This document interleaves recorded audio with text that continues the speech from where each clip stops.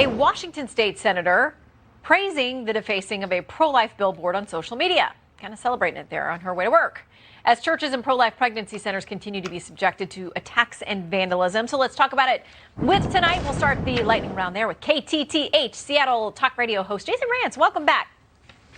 Hey, how are you? I'm good. How are you doing?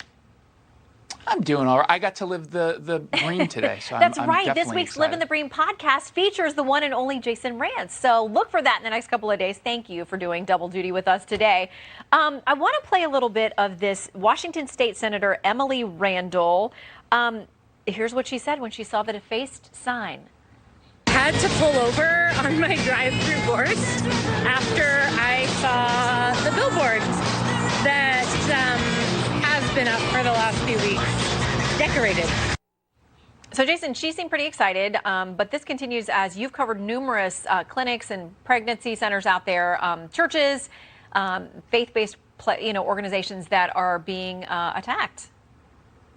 Yeah, this isn't happening in a bubble. We're seeing a rise in suspected hate crimes after Roe v. Wade was overturned. And this is a state senator who isn't just celebrating. I would argue she's endorsing this kind of vandalism simply because she doesn't like the opinions of people who are of a different ideological perspective or just have a different take on abortion. You could be pro-abortion or pro-choice while also simply respecting the fact that other people have different viewpoints. Here in Washington State, abortion access is not under threat whatsoever. It is easier to get an abortion here than it is to get a cup of coffee. And so for them to go out there and justify this kind of vandalism is sick. And what's equally disgraceful is that no media outlet outside of mine will talk about this. If this was a conservative lawmaker who went after, who celebrated the destruction or vandalism of a Planned Parenthood, that would be a leading story everywhere. Mm-hmm. But because the politics don't necessarily align with the way that they want them to, they're pretty much ignoring this. Okay, something that's not getting ignored by you or many other people, this interesting tweet from Governor Inslee. And it's got some artwork here, and it's we'll put it up so people can see what this is. By the way, the governor has described himself as a doodler. It's a broken plate. It says January 6, 2021, Donald Trump delivers his plate of the Union address. Then the caption is, he broke it, we can and must fix it. My first question, Jason, is do we know if the governor himself drew this? I'm trying to get context for this thing.